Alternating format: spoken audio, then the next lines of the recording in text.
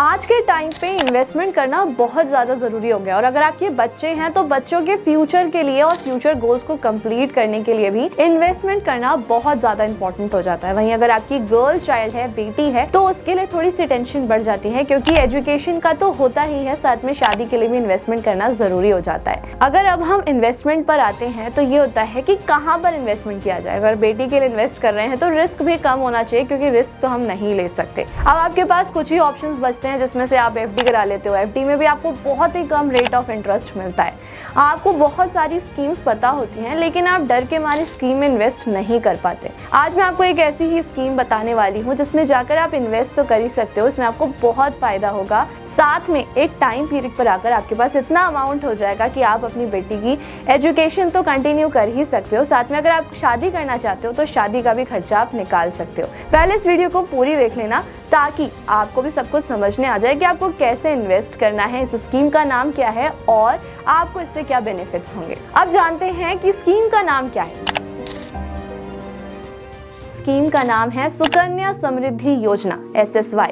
इसके बारे में आपने सुना तो होगा। आज मैं आपको इसके बारे में सारी डिटेल्स देती हूँ कि इस स्कीम को लॉन्च कब किया गया, इस स्कीम में कितने लोगों ने अब तक इन्वेस्ट कर लिया है, इस स्कीम के क्या बेनिफिट्स हैं, इस स्कीम में आप कैसे इन्वेस्ट कर सकते हो और इस स्कीम से आपको कितना रिटर्न मिलेगा। और सबसे बड़ी बात बता दूं कि अगर आप इस स्कीम में इन्वेस्ट भी करते हो ना तो आपको सेक्शन 80C के अंडर टैक्स डिडक्शन बेनिफिट भी मिलता है। चलिए अब स्टार्ट करते हैं। अब जानते हैं कि सुकन्या समृद्धि योजना आई कब। 22 जनवरी 2015 में प्रधानमंत्री जी ने बेटी बचाओ बेटी पढ़ाओ कैंपेन के अंडर इस स्कीम को लॉन्च किया।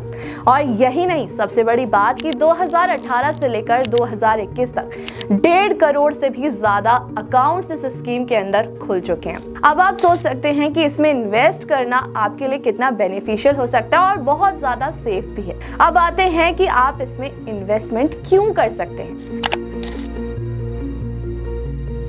अब मैं आपको बताती हूँ, अगर आप नॉर्मल एफडी में इन्वेस्ट करते हो तो आपको वहां पर 6 से 7% का ही रेट ऑफ इंटरेस्ट मिलता है। अगर आप इस स्कीम में इन्वेस्ट करते हो तो आपको 8% का फिक्स्ड रेट ऑफ इंटरेस्ट मिलता है। सुकन्या समृद्धि योजना एक ऐसी स्कीम है जो कि आपकी बेटी के फ्यूचर को लेकर बनाई गई है, फ्यूचर को सिक्योर करने के लिए और फ्यूचर को ब्राइट करने के लिए बनाई गई है। अब इसमें कुछ एलिजिबिलिटी भी होती है, आइए वो जान लेते हैं।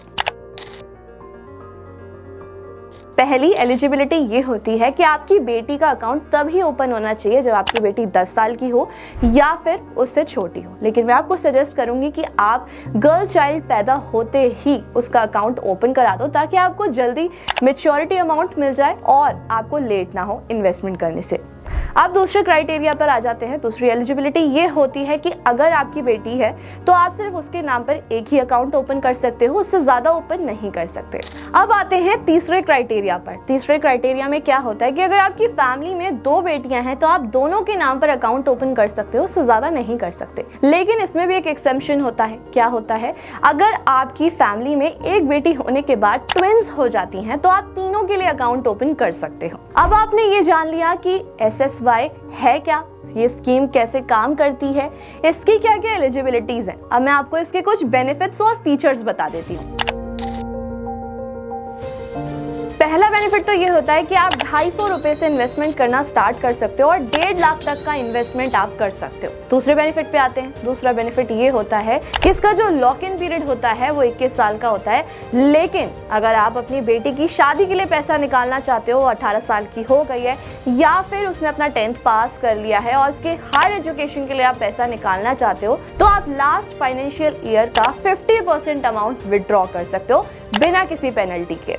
अब आते हैं तीसरे बेनिफिट पर। इसमें सॉवरेन गारंटी होती है जो कि एफडी से भी ज्यादा सेफ होता है।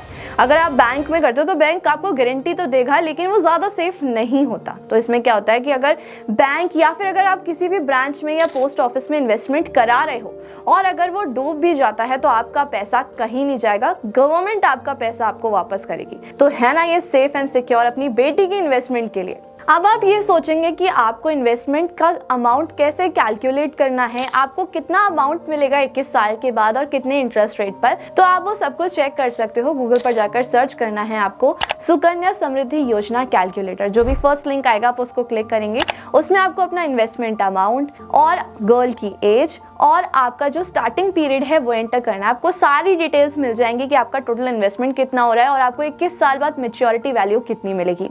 मैं एक एग्जांपल भी दे देती हूँ। मान लीजिए आप 10,000 रुपए से इन्वेस्टमेंट करना स्टार्ट करते हैं और आपकी बेटी की एज जो है वो 5 साल है, तो आपका जो टोटल अमाउंट जाएगा वो जाएगा 1.5 लाख रुपए और आपको जो उस पर इंटरेस्ट मिलेगा जो कि होगा 8%, वो मिलेगा आपको 3 लाख रुपए। तो 21 साल बाद आपका जो अमाउंट हो जाएगा वो 4.5 लाख रुपए हो जाएगा। है ना इंटरेस्टिंग? चलो एक और एग्जाम्पल ले लेते हैं। मान लीजिए आपकी फाइनेंशियल कंडीशन थोड़ी अच्छी है तो आप 50,000 से इन्वेस्टमेंट करना स्टार्ट कर सकते हो। तो अगर आप 50,000 रुपए हर साल से इन्वेस्टमेंट स्टार्ट कर रहे हो 8% के इंटरेस्ट पर ही और आपकी बेटी 5 साल की है, तो आपका जो टोटल अमाउंट जाएगा वो जाएगा 7.5 लाख रुपए और इसमें जो आपको इंटरेस्ट मिल जाएगा वो मिल जाएगा 15 लाख रुपए और इसकी जो मैच्योरिटी वैल्यू होगी वो लगभग 22 लाख रुपए हो जाएगी। है ना बहुत सारा अमाउंट। मतलब आप ये मान लीजिए कि आपकी बेटी जब तक 21 साल की होगी आपके पास इतना अमाउंट होगा कि आप उसका एजुकेशन बहुत अच्छे लेवल पर करा सकते हो। अब आते हैं कि ये टैक्स फ्री कैसे होता है। आप यही सोच रहे होगे कि अगर हम इन्वेस्टमेंट कर रहे हैं तो हमें टैक्स तो देना ही पड़ेगा, ऐसा कुछ नहीं होता। मैं आपको बताती हूँ, जो SSY स्कीम होती है वो एग्जेम्प्ट कैटेगरी के अंडर आती है। मतलब मैं समझाती हूँ। पहले एग्जेम्प्ट का मतलब ये होता है कि आप जितना अमाउंट इन्वेस्ट कर रहे हो ईयरली वो आपके टैक्सेबल इनकम से डिडक्ट हो जाता है। मान लीजिए आप 50,000 का इन्वेस्टमेंट कर रहे हो तो वो आपके टैक्सेबल इनकम से माइनस हो जाएगा। ये अमाउंट आपका 1.5 लाख तक का होता है, आप 1.5 लाख तक का अमाउंट डिडक्ट करवा सकते हो। अब दूसरे एग्जेम्प्ट का मतलब क्या होता है कि आपको जितना भी इंटरेस्ट मिल रहा है उस पर आपका कोई टैक्स नहीं लगेगा। अब आ जाते हैं तीसरे एग्जेम्प्ट पर। तीसरे एग्जेम्प्ट का मतलब ये होता है कि आप जब मैच्योरिटी वैल्यू विड्रॉ करोगे मैच्योरिटी पीरियड खत्म होने के बाद तो उस पर भी कोई टैक्स नहीं लगता। तो ये जितना भी अमाउंट होता है ये सब टैक्स फ्री होता है, आपको इसमें कोई भी टैक्स नहीं देना होता। आपको 80C के अंडर टैक्स रिडक्शन का बेनिफिट मिलता है। अब आप ये सोच रहे होंगे कि हमने SSY के बारे में जान तो लिया ही, अब इसका अकाउंट हम ओपन कैसे करा सकते हैं, क्या कोई ऑनलाइन प्रोसीजर है? मैं अभी आपको बता देती हूँ कि एज ऑफ नाउ तो कोई ऑनलाइन प्रोसीजर नहीं आया। मैं आपको बताती हूँ कि आप कैसे अकाउंट ओपन करा सकते हो। आप अपने किसी भी बैंक ब्रांच पे जो कि नियरेस्ट है या फिर पोस्ट ऑफिस में जाकर इसका अकाउंट ओपन करा सकते हो। गवर्नमेंट ने अभी कुछ पब्लिक, प्राइवेट और पोस्ट ऑफिस को ही परमिशन दे रखी है SSY स्कीम के अंडर अकाउंट ओपन करने की। अब जानते हैं कि इसका प्रोसीजर क्या होता है। इसमें आपको क्या करना है, आपको ब्रांच में जाकर या फिर पोस्ट ऑफिस जाकर फॉर्म फिल करना है, सुकन्या समृद्धि 1 फॉर्म। जैसे आप फॉर्म फिल करोगे आप वहां पर सबमिट भी करा सकते हो। अब आप सोच रहे होंगे कि इसमें आपको कौन कौन से डॉक्यूमेंट्स चाहिए होते हैं। सबसे पहले तो आपकी बेटी का बर्थ सर्टिफिकेट चाहिए होता है। दूसरा डॉक्यूमेंट होता है कि आपको अपना एड्रेस प्रूफ देना पड़ता है। अगर आप रेंट पे रहते हैं तो आप रेंट एग्रीमेंट दे सकते हैं, वरना आप अपना इलेक्ट्रिसिटी बिल भी दे सकते हैं। अब आते हैं तीसरे पे, अगर आपकी ट्विंस बेटियां हैं तो उसके लिए भी आपको मेडिकल सर्टिफिकेट देना होता है जिससे कि प्रूफ हो सके कि आपकी ट्विंस बेटियां हैं। अब आते हैं लास्ट डॉक्यूमेंट पे, आपको अपना KYC डॉक्यूमेंट देना होता है। आप उसे वोटर ID भी दे सकते हैं, ड्राइविंग लाइसेंस भी दे सकते हैं या फिर आधार कार्ड भी दे सकते हैं। अब जब आप अपना पेमेंट करते हैं तो आपको पेमेंट कैसे करना है, कैश से कर सकते हैं, चेक से कर सकते हैं, डिपॉजिट भी कर सकते हैं सारा अमाउंट। लेकिन आपको क्या होना है, आपको सिर्फ अपना पहला डिपॉजिट देना होता है जो फर्स्ट ईयर का डिपॉजिट होता है। अब आप ये सोचेंगे कि अभी मैंने कहीं और अकाउंट ओपन करा लिया और मैं कहीं अगर ट्रांसफर हो जाता हूँ तो क्या मेरा अकाउंट ट्रांसफर हो सकता है?